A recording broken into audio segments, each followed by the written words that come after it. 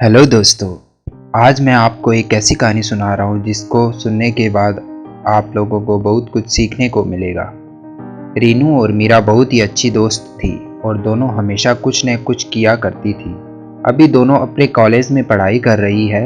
एक दिन की बात है, दोनों कॉलेज से आ रही थी, तभी उनको एक बहुत ही बूढ़ा आदमी दिखाई दिया।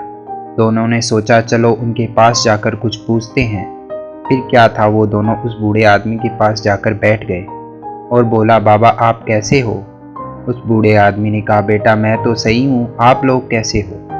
दोनों ने एक साथ बोला, हम भी सही हैं। थोड़ी देर बाद दोनों ने कुछ बोला नहीं, लेकिन अगले ही पल रीनू ने पूछा, बाबा सच्चा प्यार सबको नसीब नहीं होता, इस बात में कितनी हकीकत है?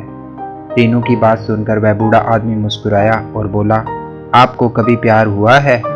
रीनू ने बोला, नहीं अभी तक तो नहीं हुआ है। फिर उस बूढ़े आदमी ने बोला, यहाँ पास में एक बहुत बड़ा फूलों का बगीचा है, आप लोग जाओ, जो फूल सबसे सुंदर लगे आप उसको तोड़ कर लेकर आओ। फिर क्या था, दोनों दोस्तों ने बाबा की बात मानकर फूलों के बगीचे में जाने का मन बना ही लिया।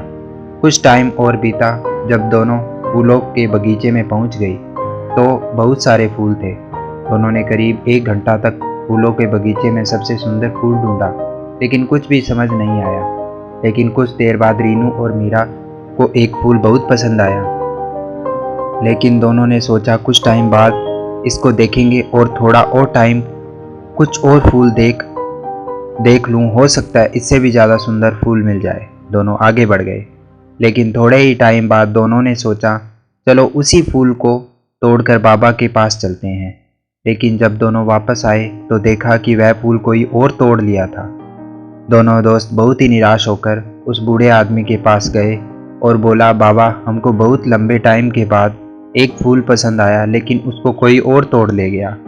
उनकी बात सुनकर वह बूढ़ा आदमी हंसने लगा और बोला, बेटा यही प्यार की हकीकत है, जो सामने होता है उसकी कदर नहीं होती, और जब हम वापस आते हैं तो वह भी नहीं मिलता। इसलिए सच्चा प्यार बहुत लोगों को नसीब नहीं होता है।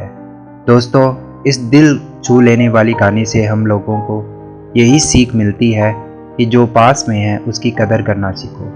दोस्तों, अगर यह कहानी आपको पसंद आई है, इसे लाइक और शेयर ज़रूर करें और इस तरह के इंस्पिरेशनल वीडियोस के लिए चैनल को सब्सक्राइब करना ना भूलें।